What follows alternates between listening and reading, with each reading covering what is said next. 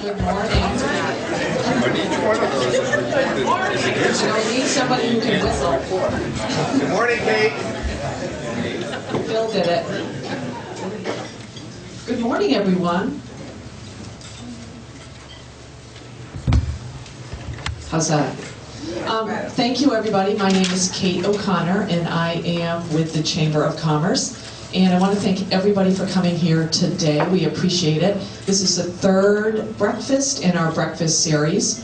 The last breakfast we had was with the Windham County Legislative Delegation. It was very well attended, and I think if you were here, you I think got a good sense of what's going on or what's not going on in Montpelier. And I think Pat Moulton today is going to talk about actually what's happening here in Windham County.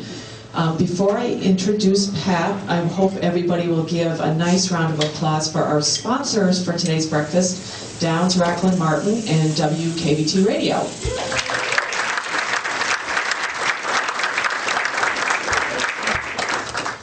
I don't think Pat needs much of an introduction, but I'll give you the Reader's Digest version. Pat, we're very lucky to have Pat here in Windham County, particularly, with the situation that we are going through and about to go through. Pat has a long history in economic development, job creation, workforce training. I won't say how long ago, Pat, it was, but Pat and I both worked in the Dean administration together. We started like when we were 18 or something. 12. Yeah, 12. Pat is now at the Brattleboro Development Credit Corporation. She started in 2013 as the workforce training person. And when Jeff Lewis left, she became executive director. So I hope we'll give Pat a nice round of applause, and she'll give us hopefully the happy story of what's going to happen. So here's Pat Moulton Powden.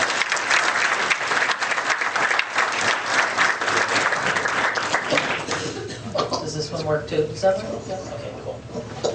My brothers tell me I'm plenty loud enough and don't need a microphone, so I'm going to assume that to be the case. Good morning.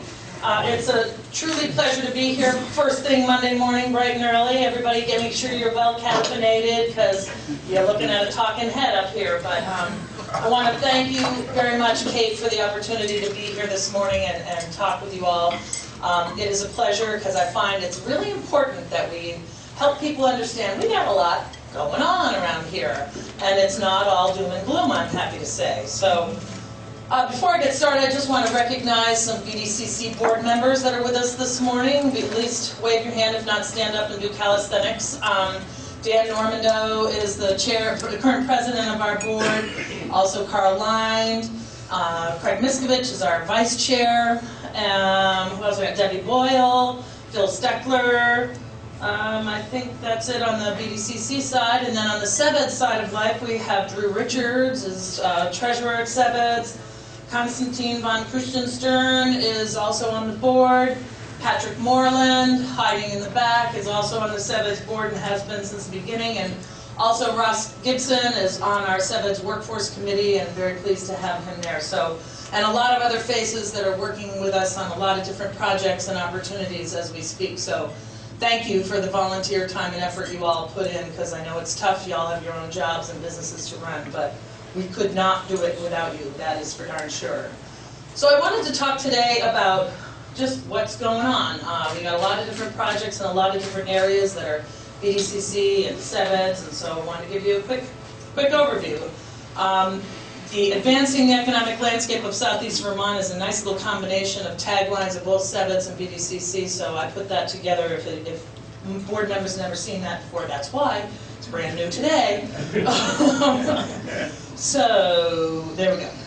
So, some of the current projects that BDCC has going on.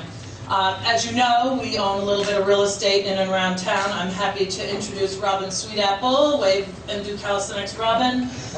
She is our Director of Operations. She works with Tim Stinson and Chris Reynolds to, amongst many hats that Robin wears, make sure that everything's going well at our book press property that we call the Business Park and the Cotton Mill and Exit 1 and etc. But Our business park, the former Book Press building's 300,000 square feet. Pleased to say we're basically full there now.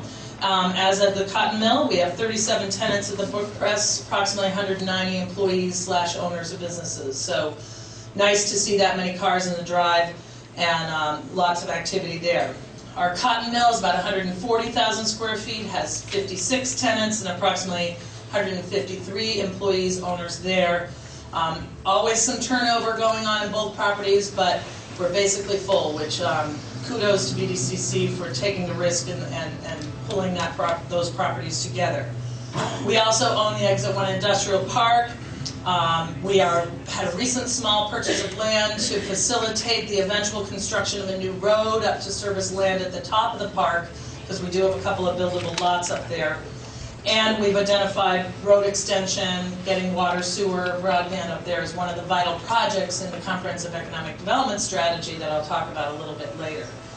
We also own the L3 building, formerly Cole Morgan, which is in the Exit 1 Industrial Park, but that's pretty well self-standing at 26,644 feet. So we own a lot of industrial property. That's our sweet spot. We tend to take properties that others don't, where no man dares to go before, and turn them into successes. And it's not without its pain and suffering, but it's worked pretty well. We've had some recent expansions at the Book Press. Side Hill Farms moved from Cotton Mill over to the Book Press, and that represented a nice expansion for them, as Against the Grain recently continuing to grow and grow and grow, which we love to see. So other projects that BDCC is engaged in is very heavily in the world of flood recovery. I know it's hard to believe we're closing in on 3 years out here that we're still wallowing in flood recovery, but I can tell you the number of businesses, farms, and even nonprofits that have not fully recovered, both physically or certainly economically, is still alarming. So we've really got kind of two tiers of recovery going. And I was with the state when Tropical Storm Irene hit, and FEMA, the first things out of their mouth is, this is a marathon, not a sprint. And I was like, oh, we'll be back to good shape in no time, but no truer words have been spoken. So we are clearly in the marathon mode. But our first big tranche, if you will, of flood recovery and flood recovery money comes from the Community Development Block Grant Disaster Recovery Grant. This is HUD funds in their origination that come through the Agency of Commerce and Community Development, and they have sub-granted to us in a partnership with the Springfield Regional Development Corporation to provide grants to small businesses who are still trying to recover from unmet needs from Tropical Storm Irene. And that can be furniture, construction, inventory, even economic loss, that we're trying to get out and meet with businesses and help them with that.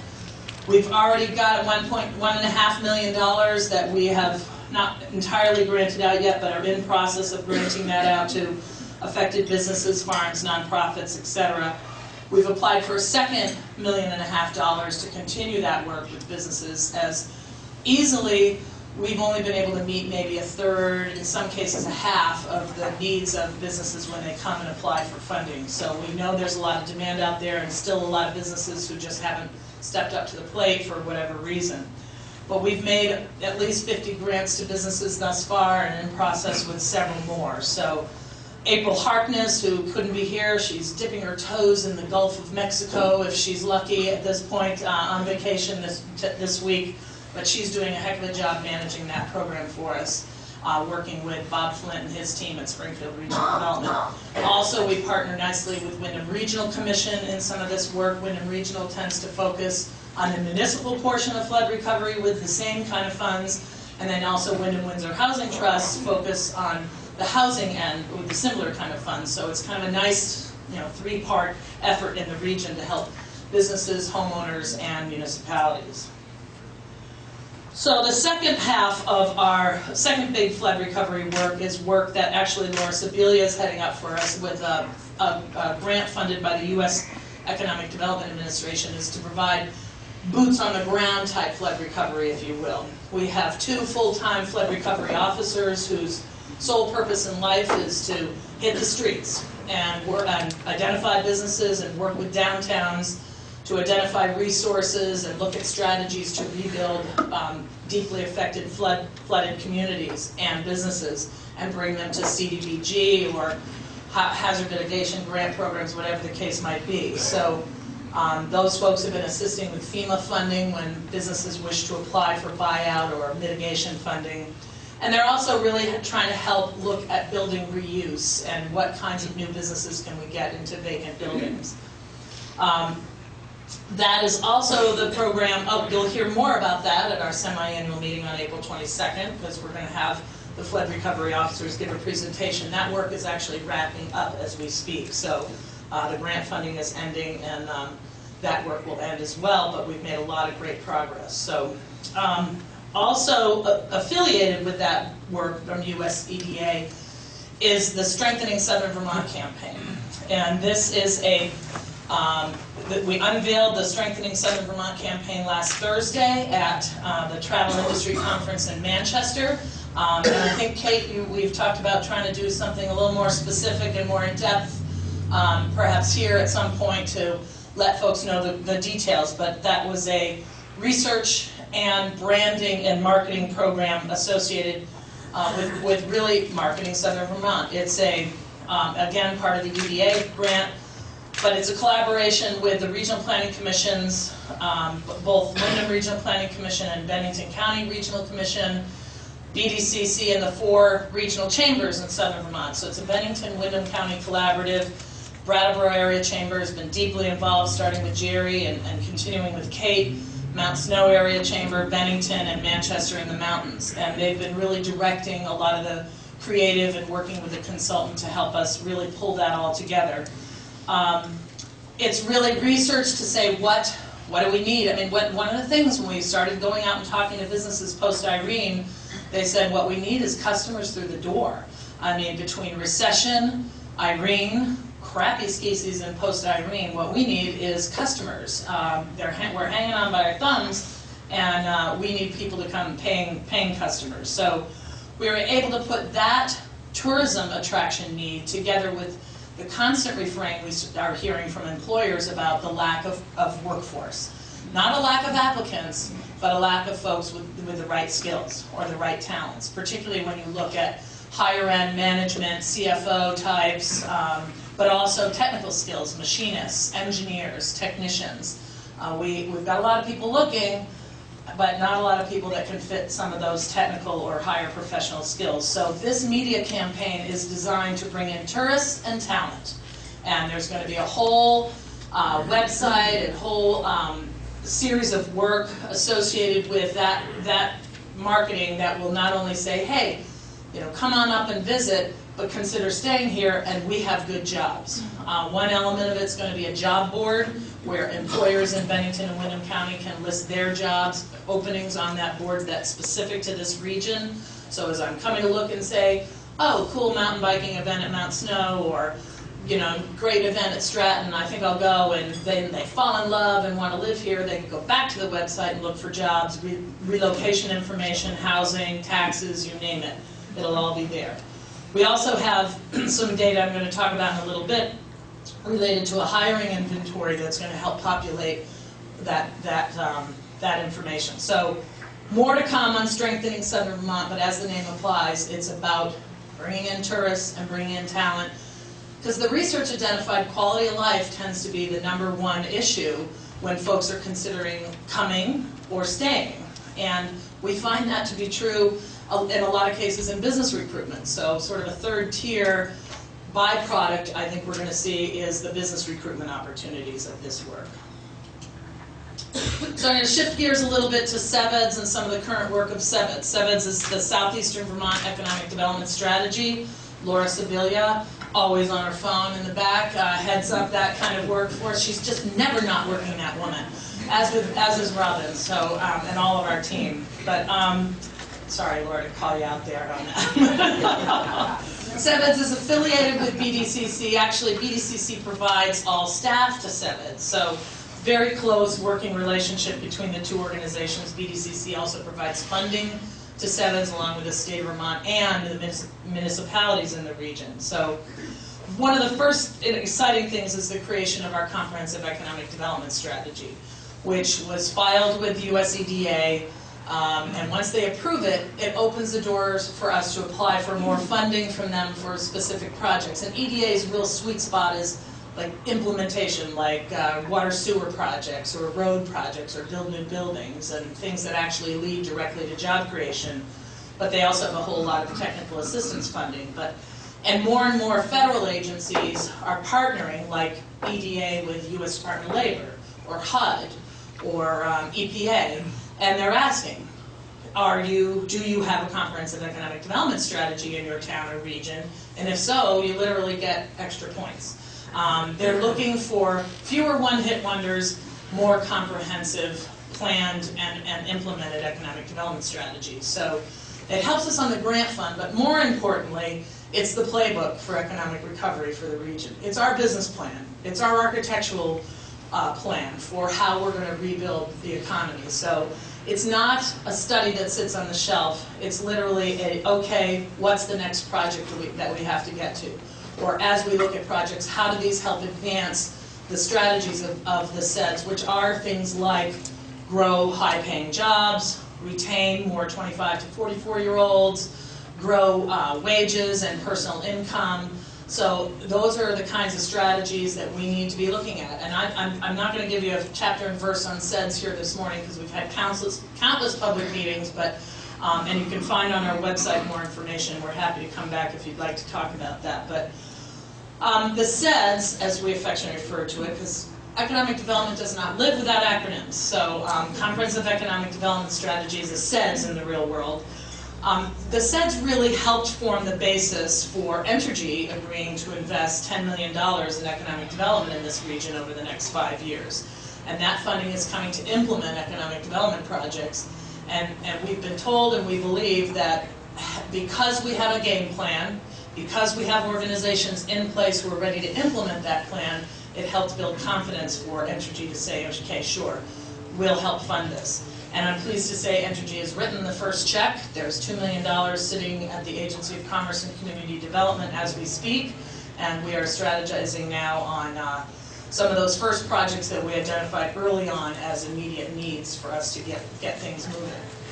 Within the SEDS, there's a list of what we call vital projects. Every year, SEDS will go out and ask the region, what kinds of projects do you need to implement to support the strategies in the SEDS, things like growing jobs, providing ways to keep young people, increasing wages, things of that nature. And there's a whole lot that supports that. One of the vital projects is Wyndham Child Care Association as an example, and we're creating a good network of child care providers and resources. Because if you don't have child care, you don't have a workforce that can help you drive your economy. So it's not just bricks and mortar, it's a whole lot of other things that help us recognize that to be a vital economy and a vibrant region, you need a lot of different things going on. But those projects are updated annually. When we first went out for the call, we had 52 projects submitted. Everything from build a road up to Exit 1 Industrial Park, to support Wyndham Child Care Association, to do redevelopment of vacant and underutilized buildings around the region, and that's all online. Of those 52 projects, we had a group of 5 folks, not BDCC or SEDS board members, judge the 52 and determine vital projects. And they picked 12 that they felt most directly impacted and helped advance the strategies that are outlined in the SEDS. A lot of work reading through 52 projects, but great group of folks. Folks like Orly Munzing, Sky Folks at Stratton, Tommy Harmon from Sonex, Jill Zachary of ROV Technologies, and Brent Beatty of Landmark College. And they've agreed to do that work for us again this year, which is fabulous. So, and then the SEDS itself, its data, et cetera, gets updated every 5 years. So we're going to be soon putting out RFPs looking for projects. If you have projects yourself, and anyone's eligible, nonprofit, for-profit, business, organization, municipality, literally we have a project outline of the kind of information we want you to submit. But if you think you have something that you've been trying to implement and you're getting ready to implement it, then please submit it. Once you're in the SEDS, And if you were to apply for grant funding, you could say, I'm a vital project, or I'm a project in the SEDS, and every project will be listed, not just the vitals. That helps you attract that funding. So another big area of CEBID's work, and that CEBID's identified early on, is that workforce training and workforce generally is a huge issue, not just in this region, in the state, and in this country. And I'm pleased to introduce Andy Robinson, who is our Director of Workforce Development.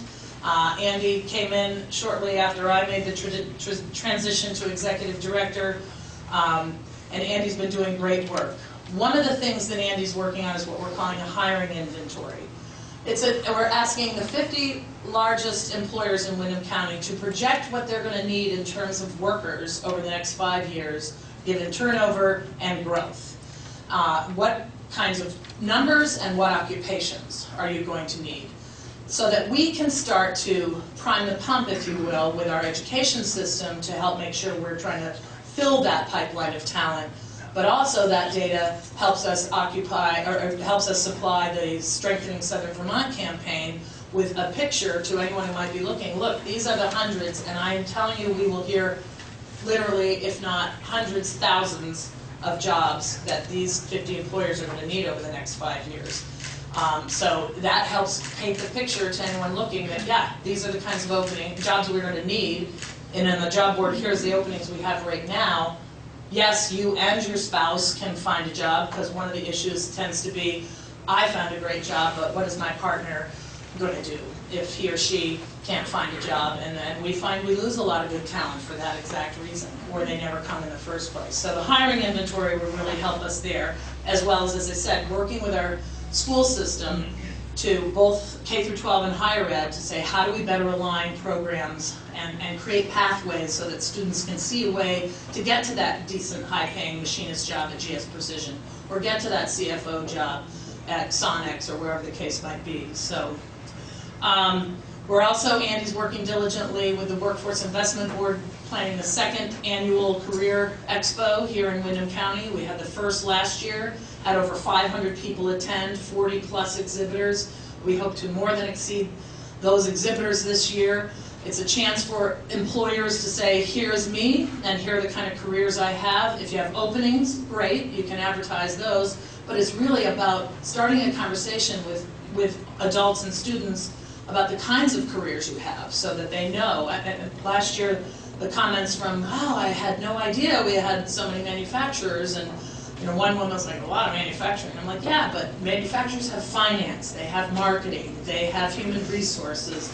I mean, there's a lot of different careers around at companies, and then there's a huge diversity of companies. So that's an exciting opportunity. We have also created through this work the Windham Higher Education Cooperative, which we signed a memorandum of agreement in early March for the 6 colleges in Windham County to cooperate around economic development and workforce development. They signed that memorandum of understanding.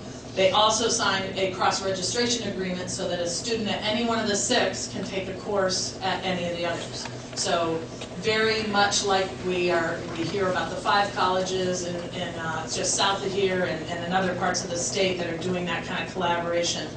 That's huge. That kind of resource and that capability is great, and their willingness to be ears open and roll up the sleeves around other projects has been great. One of which is we created a full-time internship program here in Windham County that I'd like to talk to you a little bit about. Jan Copeland, who is with us, where are you, Jan? She is our full-time internship coordinator. You can find her at the BDCC offices. The college specifically said, locate her at BDCC because she needs to be out networking with employers, and you know those folks better than we do. So we have a liaison at all 6 colleges that are working with Jan on generating student interest, and then Jan is also out meeting with employers and really at this point setting up the program, but meeting with employers with the goal of getting some robust internships happening this summer.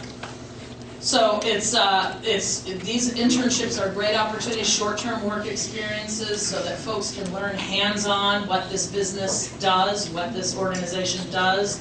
We want these to be paid internships whenever and however possible. But it's also a chance for that student to have sort of a pre-professional experience and see whether that's something he or she wants to do I'm personally one of those folks who believes if you do an internship and say that's not what I want to do, that's as valuable as saying that's exactly what I want to do. But creating that opportunity to explore that career while you're still in school is huge. I did an internship actually after I graduated from college because I couldn't find a real job. And it was in economic development, and the rest, as they say, is history. But it's also an opportunity for employers to try before you buy, if you will. Bring in a student, see how they go, and how do they work. And in some cases, you're going to be dazzled by that individual and say, I need to hire you when you get out of college. So it's a great career exploration opportunity. It's a great opportunity for employers to network with students and really help provide those kinds of job opportunities while they're still in school.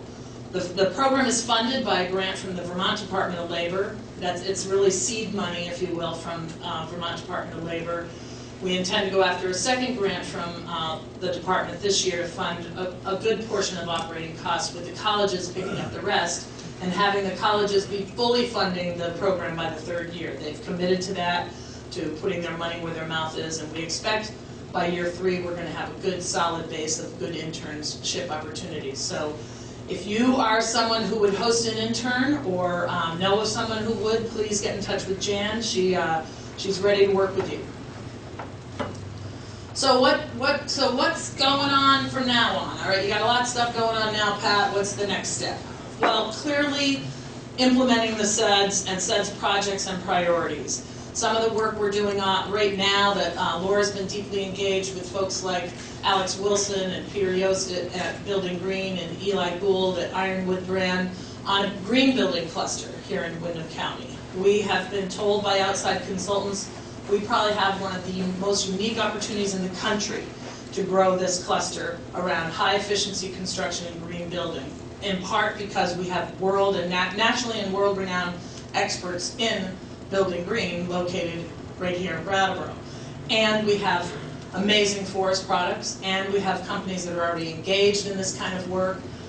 We also are working with SEON, which is the Sustainable Energy something network. Laura, what's the O? Outreach, thank you. Thank you, Michael. Sustainable Energy Outreach Network, which is a group of businesses and individuals engaged in this sector of high efficiency and high efficiency construction and green building, which is exciting, as well as other SEDS projects that we're trying to get going, like the job board. Implementing the Strengthening Southern Vermont program is going to be critical. The grant helped us build the brand, helped us build the media materials, helped us identify markets. Now we have to raise the funding to actually do the media buys and get the market penetration. And we are hoping to have a full-time staff person who can help us do that. We already have a commitment from the state of Vermont to match our first $75,000 with a $75,000 grant from the Vermont Department of Tourism and Marketing. So we can launch that for the fall campaign. So we hope to start raising money ASAP. So if you are a tourism-related property or a large employer who needs to attract talent, we'd love to talk with you. We're also working, Robin Sweetapple is working with Gretchen Haverluck and Wilmington and Dutch Walsh and Rockingham around a redevelopment project to first identify underutilized and vacant properties, mostly industrial, commercial, around the region, and start to look at what are the opportunities for those properties. What does the community need in terms of types of businesses that we might be able to attract, but also what do those properties need to become useful? Are there brownfields? Are there structural analysis we need to do? That kind of thing. So we can get some of those back generating tax revenue. We're also going to continue our constant outreach to area employers around everything from workforce to business expansion potential, new business opportunities they may have or know about, new product opportunities they may have. Also continuing to work with new startups. We have the Small Business Development Center located in our office, which provides one-on-one technical assistance to folks who are either in business or wish to start a business. And then, of course, we're always looking to recruit new businesses to the region. And we have to continue our collaboration with our partners. We have very strong partnerships with Windham Regional Commission, with the Brattleboro Chamber and other chambers, with other regional development corporations and local development organizations and offices such as Bellows Falls Area Development and Gretchen in the Community Development Office in Wilmington. And of course, the state of Vermont continues to be a big partner for us, providing funding, but also opportunity for us. So that's all about the future, and then new opportunities come in every day. Clearly, responding to the impacts from the closure of Vermont Yankee will be key, and very likely some of our first asks for that money is going to be directly targeted at those folks. So that's how we're advancing the economic landscape of Southeast Vermont. I will shut up now and see if anybody has questions they'd like to ask.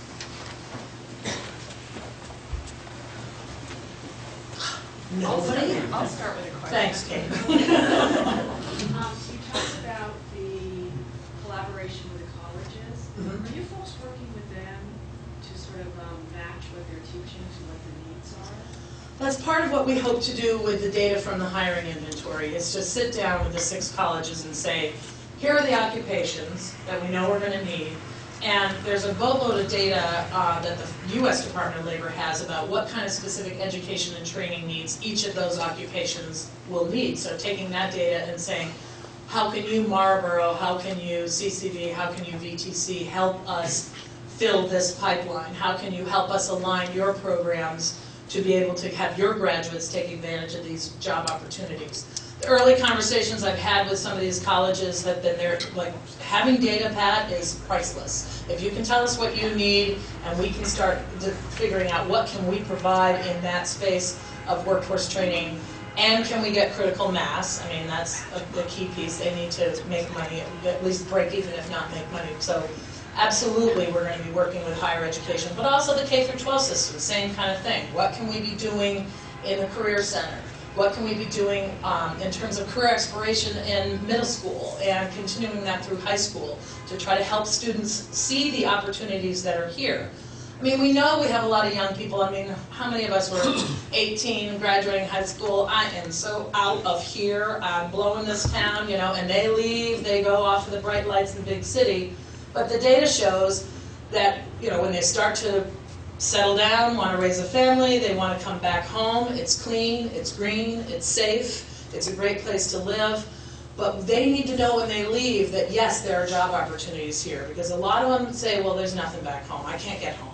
Meanwhile, you know, there may be 15 jobs that they would have an interest in, but they don't know where to go to find them, or they never even knew those businesses existed when they were here, or there's new businesses that come up. So trying to help ensure students know that, and then how are we aligning the programs. It's a lot of work, but you have to start someplace. So that's what the hiring inventory is about.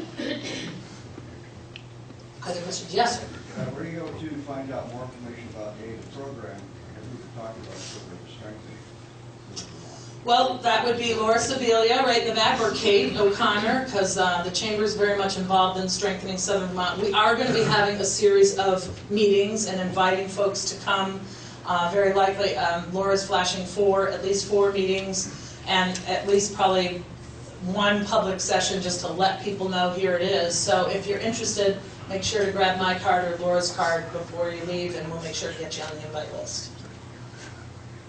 Yes, Kim? Are you guys, I know you mentioned this at the end, but I'm just curious, recruitment of a large business, what are the efforts to make that happen? The high-paying, large employer, is there a lot of effort being made to try to get some larger businesses in the area? We don't have an extensive marketing budget to specifically go out and let the world know, but yes, we try to respond to inquiries when they come in. The state gets inquiries, and part of the Strengthening Southern Vermont, at some point, that messaging will be shifting as resources are available to, and we want your business here too. Large businesses, it depends on how you define large. Vermont's sweet spot has always been small businesses, and we have had great success. I mean, most of the new job creation that occurs in any given year, and I don't think that's unique to Vermont or Wyndham County, comes from new startups.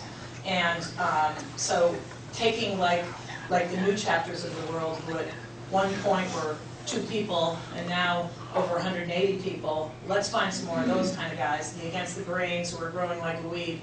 But yeah, I mean, we're always out there saying we're here for large businesses, but You know, I'm kind of one of those who says, I'd rather have, you know, 10 businesses employing 10 people than one that employs 100, because your economic resilience is a whole lot better with the 10 employing 10.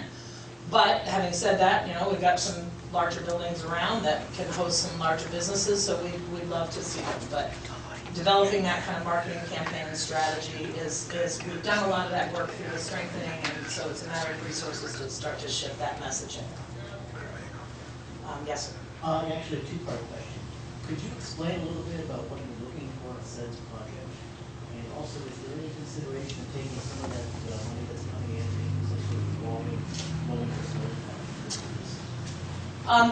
To the projects, basically, if it's a ready to implement or with a little assistance ready to implement project that could either start or grow a small business or enhance business resources or solve some of the needs of the region as it pertains to retaining young people or attracting back young people or doing higher wage jobs.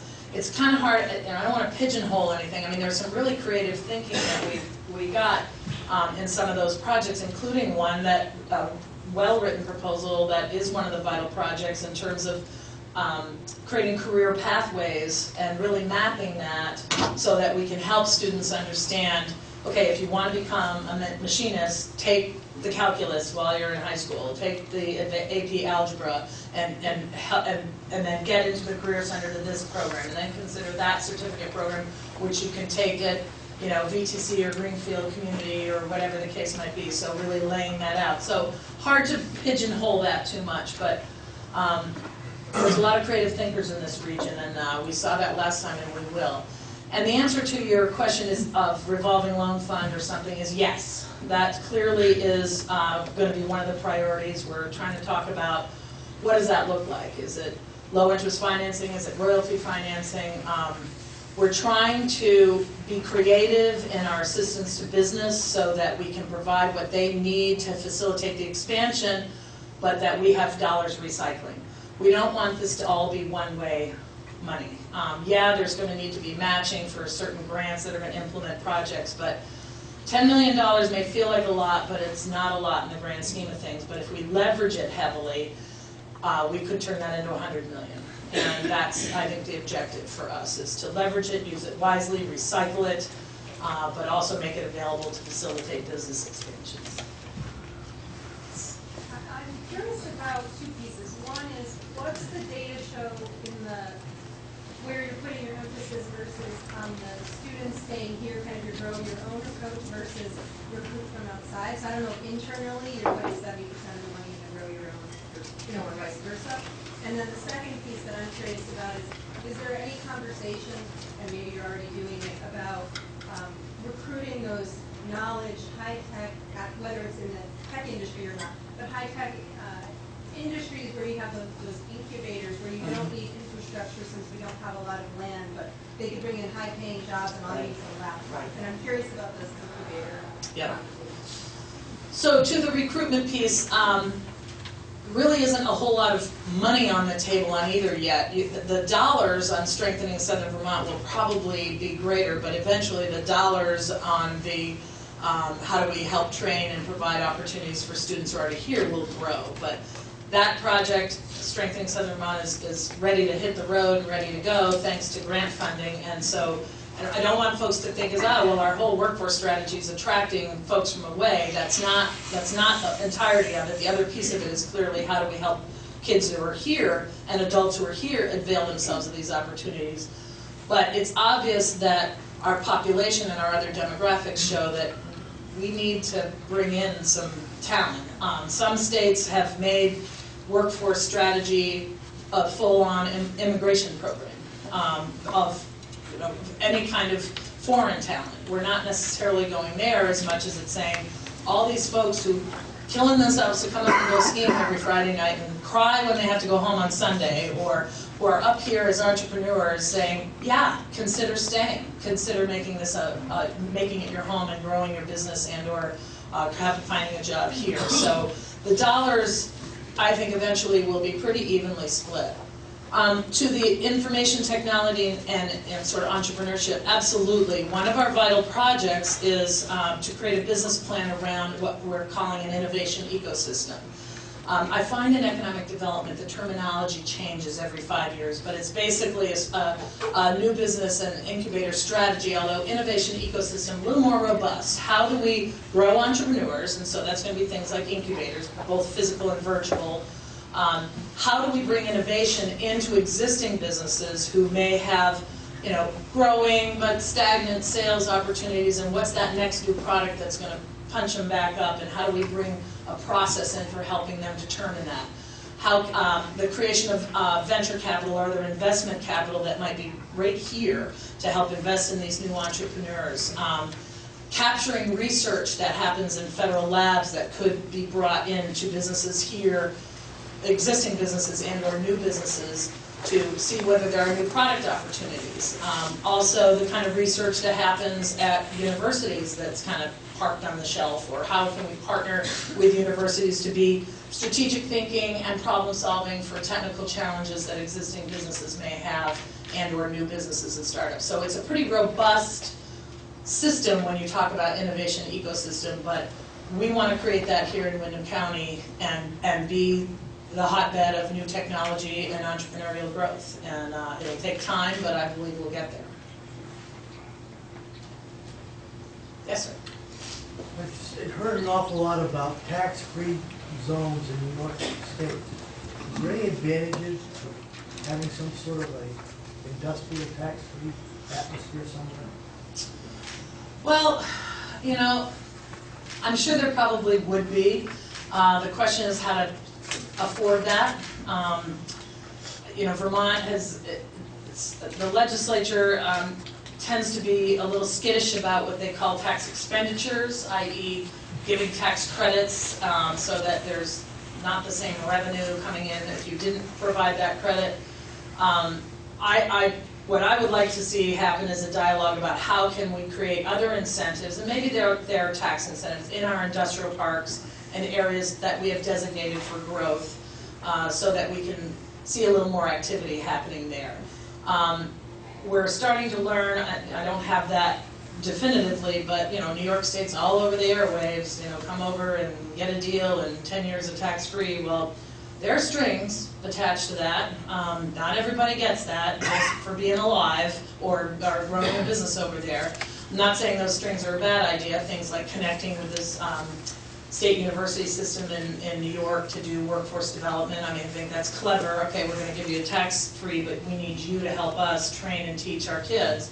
So we need to look at some of those pages in Vermont. It's hard for us to do on a regional level because, as we all know, our municipalities are struggling with holding the line on taxes. And I think, personally, the answer for those communities is to increase the tax base and have more investment here and more economic development so that there's a broader base upon which to spread those costs. And we haven't seen a lot, other the Commonwealth and some isolated examples, we haven't seen a lot of tremendous new tax-based growth.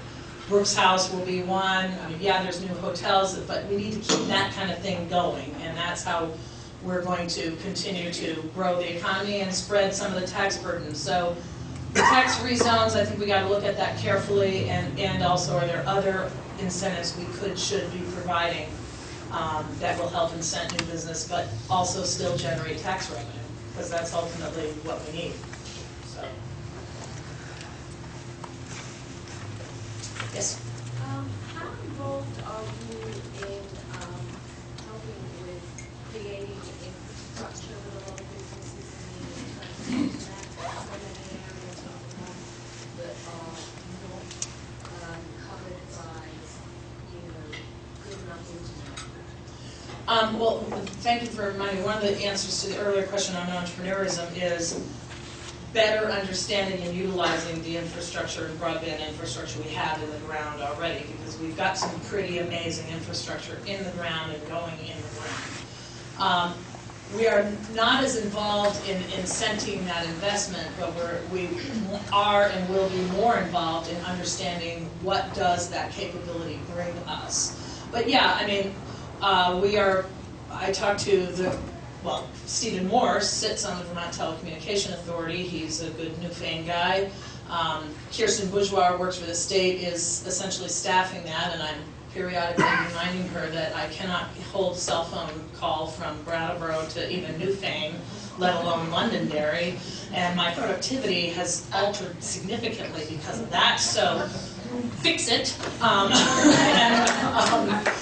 understanding is it's on its way, that there may be some announcements coming out soon that could help, but the other issue is, we all want cell, but we don't want to look at the towers. And so somewhere we've got to find a way to balance those needs. The broadband, that which the state regulates between Sovereignnet and VTEL and other investments, Comcast, et cetera, we're seeing a whole big expansion throughout the region and more coming. Cell, the state doesn't regulate, so it's really market driven. And what the state's been doing is trying to put some incentives around new technologies and co-investing in towers and things like that to fill those big gaps where they exist. So we're trying to follow that, trying to provide input and opportunities for those discussions. But that's really been a lot of the work that the Vermont Telecommunications Authority has been doing. Yes? I'm just curious, given the importance to Vermont of the agricultural sector, where do you see that fitting into this? I haven't really heard anything about that today. Well, it fits in very well. I mean, clearly value-added food product manufacturing, like we see at Side Hill Farms and Commonwealth and Grafton Cheese and Against the Grain, et cetera. That's a key piece. The whole farm-to-plate movement is a huge opportunity, and there's a pretty good infrastructure there, but we've not gotten as well plugged into that, because not that that's a lack of desire, it's a lack of bandwidth, if you will, for staff. But Ellen Kaler and I talk a lot, and we are presently are aware of some discussions to look at things like a shared kitchen facility like Greenfield has, and the need to look at something like that in this region. We know some folks who are having those conversations, and we're trying to be supportive of those, as well as continuing to look for opportunities to link local producers with local farmers with local producers. So can Side Hill Farms or Lake Hill, source their blueberries locally rather than having to buy from wherever the case might be? But that is an important, critically important effort, because A, it creates jobs, and B, it keeps open space open. It feeds that which the tourists love to come and see. We don't want to be exit whatever off I-95 in Maryland. We want to be Vermont, and so that's what people come here for. That's what people stay here for, and the farm piece is huge to making that happen. Other questions?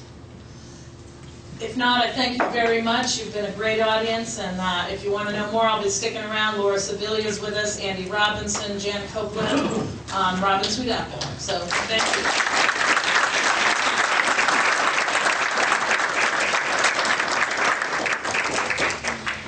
Now we know that Pat's going to solve all of our problems, right? Thank you so much, Pat. And I want to say thank you again to WKBT and downtown Martin. Get your calendars out, because the next chamber event is going to be a chamber mixer. It's on the yellow sheet. It's on May 8th, and it's up at Nalaka. I don't know how many of you people know that it even exists, but it's sort of up on Kipling Road. And it's Rudyard Kipling's house, where he wrote The Jungle Book and a lot of other things. The Landmark Trust has graciously opening it for us. You normally can't get in there. So mark that on your calendar, and we will see you in May. Thank you.